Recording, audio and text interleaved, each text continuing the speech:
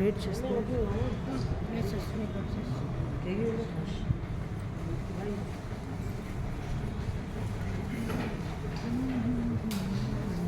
Today, 27th September, marks the 36th anniversary of 1987 protest in Lhasa, capital of Tibet.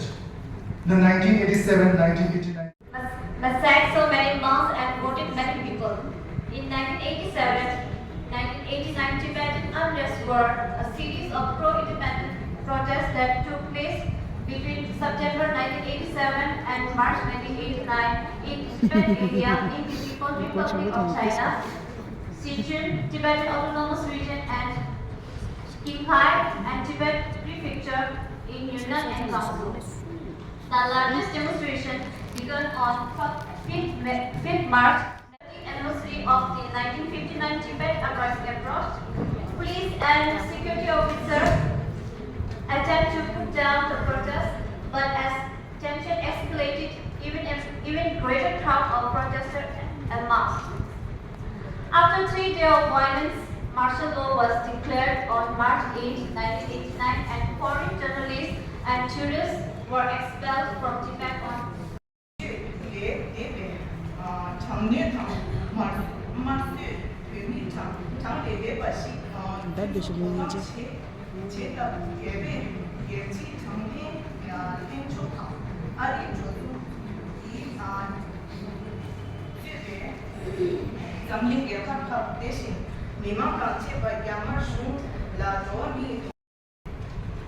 और उससे अब तक रुकने का नाम ले नहीं रहे हैं और इससे तिब्बती स्वतंत्र की लड़ाई जो है बार बार उभर के आए। मैं आप सबके सामने एक क्रोनोलॉजी सबके सामने पेश करना सबके सामने रखना चाहता हूँ। पहले तो हमें ये देखना है कि 1987 में ऐसे एक दोबारा लहर क्यों उठी, उस वक्त माहौल क्या चला, तिब्बत में किस तरह की शोषण चल रही। हैरान की बात यह है कि 1985 तक तिब्बत और भारत के बीच में जितने तिब्बती हैं इसके बीच में आना जाना का रिश्ता भी था। जबकि 1985 में बोध गया में इतना बड़ा कालचक्र की बहुत बड़ा सम्मेलन हुए थे, गुरु जी का परम पावन दलाई लामा जी का प्रवचन भी हुए थे और तब भी बहुत सारे तिब्बती लोग तिब्बत से भारत में आके उस प्रवचन की सौभाग्य हुआ। अब 86 और 87 के बीच में 2 साल में इतना बदलाव क्यों आया? उसके बीच में चाइना में एक लीडर था हुयाओबा, जो कि तिब्बत में उसका अस्तित्व था और तिब्बती लोगों से उसका एक स्वभाव था और ये बार बार कि तिब्बती लोगों को कुचलने से या शोषण करने से बजाय उनको थोड़ा सा आजादी देना चाहिए, उससे चीन सरकार की एडमिनिस्ट्रेशन और ज्यादा अच्छा हो जाए, वैसा उनका राय। और वो पूरी तिब्बत के ऊपर नजर चाइना बीजिंग की एक रिप्रेजेंटेटिव किया करते, उसके बदलाव पहले भी ये और उसके बाद उसी साल 87 में सितंबर की 21 तारीख को परम पावन दलाई लामा जी यूएस में गुरु जी के द्वारा एक प्रस्ताव रखा 5 पॉइंट पीस प्लान। तिब्बत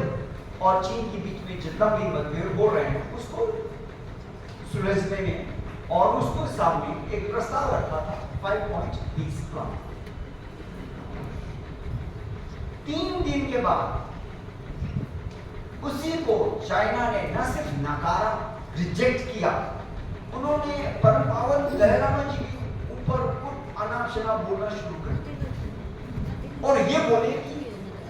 परम पावन दलाई लामा जी तिब्बत को चीन से अलग करने का ऐसा सोच रख रहे हैं, इस तरीके से बात बोलो। ये भी डेंग शाओपिंग ने खुद बोले। तब डेंग शाओपिंग चाइना का पूरा पूरी तरीके से वो प्रेसिडेंट भी था, चेयरमैन भी था, मिलिट्री लीडर भी था। और इस तरीके से तिब्बती लोगों के मन में ये बहुत ठेस पहुंचे थे कि किस तरीके से परम्पावल बैलेंस के ऊपर कीचड़ उठा रहे हैं और उसके खिलाफ क्या क्या नहीं हो। वो हुआ 23 तारीख और 25 तारीख को चीन सरकार ने लासा में 15,000 लोगों को सामने इकट्ठा करके सबके सामने कोई तिब्बती लोगों के ऊपर एक उनके सामने पेश किया और उनके खिलाफ मुकदमा चलाया। ये हुआ 25 तारीख और 27 तारीख को जो आज हम उसकी शोक में हम यहाँ उपस्थित हुए हैं, यहाँ इकट्ठा हुए हैं, उस दिन क्या हुआ कि तिब्बत में बहुत बड़ा 3 अलग बड़ा मठ मनाए जाते हैं, सेरा, ड्रुपुंग और गांगी। और ड्रुपुंग सबसे बड़ा, वहां के 21 बुद्धिस्ट भिक्षु ने लासा में जाके एक प्रदर्शन किया, बिल्कुल शांतिपूर्वक प्रदर्शन किया। और उस वक्त जिस तरीके से मेरे से पहले यहाँ जिन्होंने बात की 4 चक्कर लगाए और उन्होंने वही स्लोगन दिया कि परम पावन दलाई लामा जी जिंदाबाद, हमें तिब्बत की आजादी चाहिए, चीन अपने देश वापस लौट जाए। उससे के बीच में चीन की सिक्योरिटी फोर्सेस गोली मारी और बहुत सारे फॉरेनर्स जो तब वहां टूरिस्ट थे उन्होंने देखा, फोटो पिक्चर भी लिया। आज हम जिस तरीके से 27 सितंबर हम जिस तरीके से हम उसकी शो को मना जाते हैं, अगर आपने कुछ भी फोटो देखे तो वहाँ कुशु छम्बा तेंजिन नाम का एक बौद्ध भिक्षु ने और भी जो लोग पकड़े गए जेल में डाले उनको जेल से निकाले, आग के बीच में जाके उसकी फोटो सबको देखने को मिलता है। वो उस दिन अक्टूबर की 1 तारीख, उस दिन जिन लोगों को गोली से मार दिए गए हैं उसके फोटोग्राफ्स, उसकी पिक्चर्स अभी भी हैं। उस वक्त से तिब्बत एक नए किस्म की उभर गया है। एक लगातार होते रहे 10-20 दिन के बाद लगातार तिब्बत लासा में होते रहे और 1888 को भी फिर वही हुआ। 1988 को में उस साल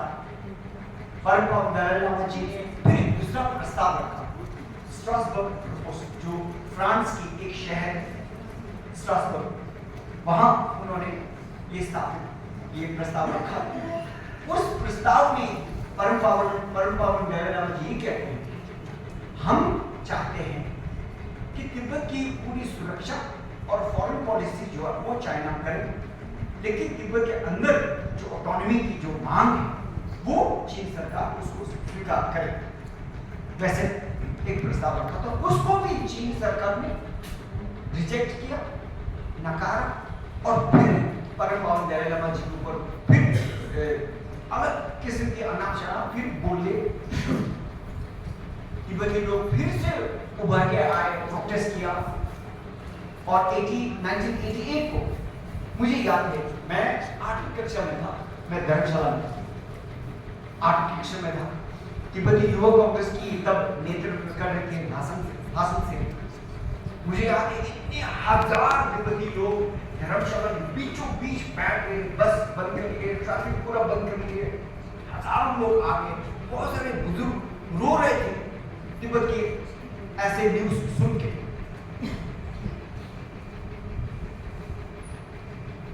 ये हुआ 88 और उसके अगले साल 1989 में उससे भी ज्यादा शोषण हुआ। चाइना ने इतने सारे लोगों को मारे और वहां मार्शल लॉ डिक्लेयर किया। मार्शल लॉ ऐसे nyambung gitu sih na tandem itu ya jika cabai jual 고고 또 쉬우냐 단내 내가다 아니 맞아 지나 야오 무지 국지 와라 또 탑준 로데요 아 잠시는 오버게 돈에 파주 쉐레데 요래 근데 이랑 시대 상무 투입도 안 되는데 이게요 말이 그냥 강에 체지 딱부터 쇼가 직지 딱부터 조조 총판도 차대요 아니 자연이 조조 좀 말해 많아 미만 나오래 막 직직 쇼가 있고 직 쇼가 내 지지 맞아 되게 강에 치지 심심 체 짱은 일 지켜요 와 시종승의 수인의 길이 고만의 그 마음을 이렇게 항상 이거 이게 막 니기 아니 가미가 도체 안 나오고 좀 아니 가시치기 직시도 보시면 진짜 이치오래 파기치오래 막 지금 가시 조선했다 아니 나오고 좀 되기도 와 싸wan 얘네가 뭐 아주 나오고 독자치기 지야 되고 참아야겠는 게 아주 남들 지는 겨울 제 파수가 너무 많아 나와서 남들 나머지 돈에 첫째 남들도 뒤에 만들고 용거를 해요 말이 이만이네 독자치기 지야 와 만들어 시경수 그에 다 남지지 너가 하면 제그만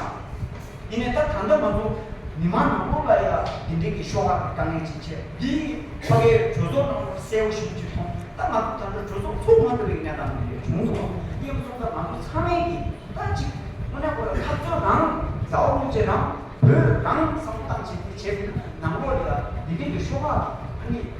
직제 저기지요라 니나 짜왕이는 하지마 징행이고에 먼저 로스 제제 땅을 독자치기 지역으로 했지 니시야 다 아니 소소만에 막다 제 휴지기 개치고 그러셔 아니 드리면 또 오늘 얘들이 내린 이대지 먼저 제수 수요래 이게 폰에 별로 왜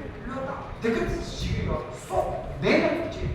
너나 지기요 먼저 니게 지기면에 드리는 거 이번 지금 숨듯이 제도가 잡기 휴지 약불에 찐에 드리는 내 단다 말한다 이거를 예를 들어 그라 딱딱한 아무지게 당시 제가 무슨 로데이 근데 산에 주는 방금 개체 그리게 나 두신년도 이 내린디나 감수시 그것 중소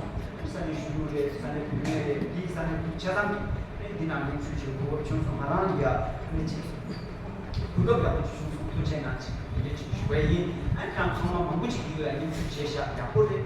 근데 지금은 탑들 유용 지하고 탑들 중에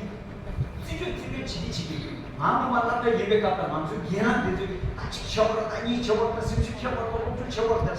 딱 인상 이 시행에 말하는 차대요 딱 마음 봐야 아무들 놓치고 들어야 탑들이 아니 딱 보면 진짜 부끄러워 제가 먼저 지금 일 제제 줘야 돼 이런 것도 장동 제 위하다 그냥 우리 시바이오에 그냥 나래문에 주에 딱 내가 지금 그러잖아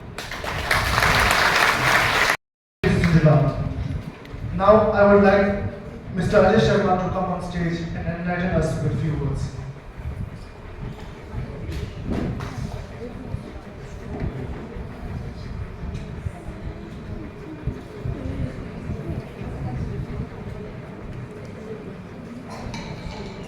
शुक्रिया आप सबको मेरा नमस्कार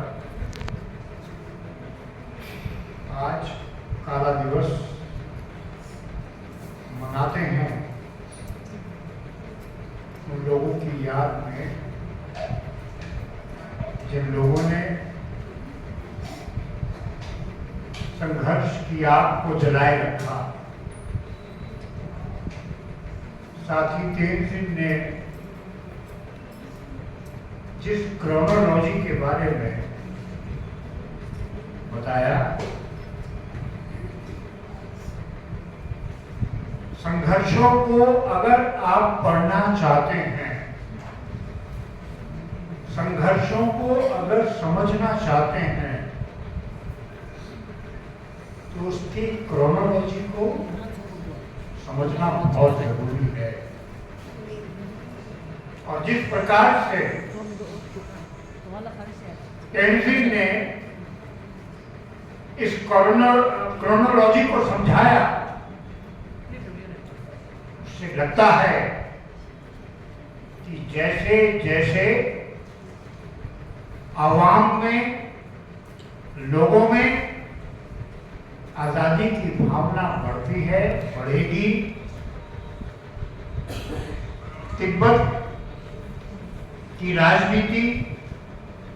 जब पूरी दुनिया तक पहुंचेगी तब तक आपके ऊपर दमन बढ़ेगा, आपको गोली मारी जाएगी, आपको जेल भेजा जाएगा,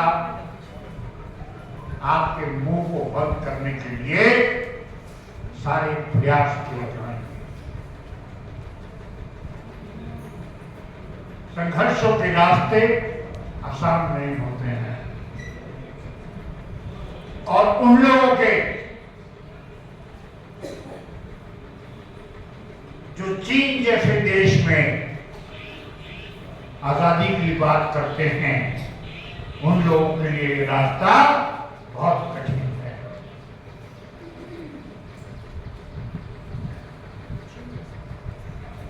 चीन के खुफिया तंत्र से निपटना, चीन की ताकत से निपटना बड़ा काम है, पर कोई हमेशा बड़ा नहीं रहता। जो अधिकतम ऊंचाई तक पहुंचता है वो एक दिन नीचे भी आता है। जिस दिन चीन का असर खत्म होगा, कम होगा, उस दिन ये मौका आपके पास रहेगा, हमारे पास रहेगा, लेकिन हम इस लड़ाई को अंजाम तक पहुंचाएं। लेकिन इसके लिए जो सबसे जरूरी चीज है, उस आग को अपने दिलों में जलाए रखना है, अपने आने वाली पीढ़ी के दिलों में जलाए रखना है। अगर वो आग बुझ गई तो ये सपना सपना ही हो जाएगा। आपको तेज सिंह जैसे लोग जिनकी क्रांतिकारी समझ है, नौजवान जिनकी क्रांतिकारी सोच है, उनको लगातार इस आग को जलाए रखना है। अगर ये आग बुझ गई तो ये रास्ता बहुत कठिन होने वाला है। अपने बच्चों को, अपने मित्रों को हमेशा ये कहिए, एक दिन तिब्बत में जरूर मिलेंगे। साथ कंधे से कंधा मिला के इस देश की उन्नति में लगी। जैसा कि अभी अजय शर्मा जी ने कहा और हमारे मित्र टेंसिंग ने कहा, ये जो ज्वाला जो है वो मन में जली रहनी चाहिए। ये ज्वाला इसलिए नहीं कि हम किसी के साथ मार कुटाई करें, अहिंसा करें, but we should be proud, in fact पूरा world is proud of this Tibetan community कि आज इतने सालों के हो गए और स्टिल दे आर फॉलोइंग अनआइस।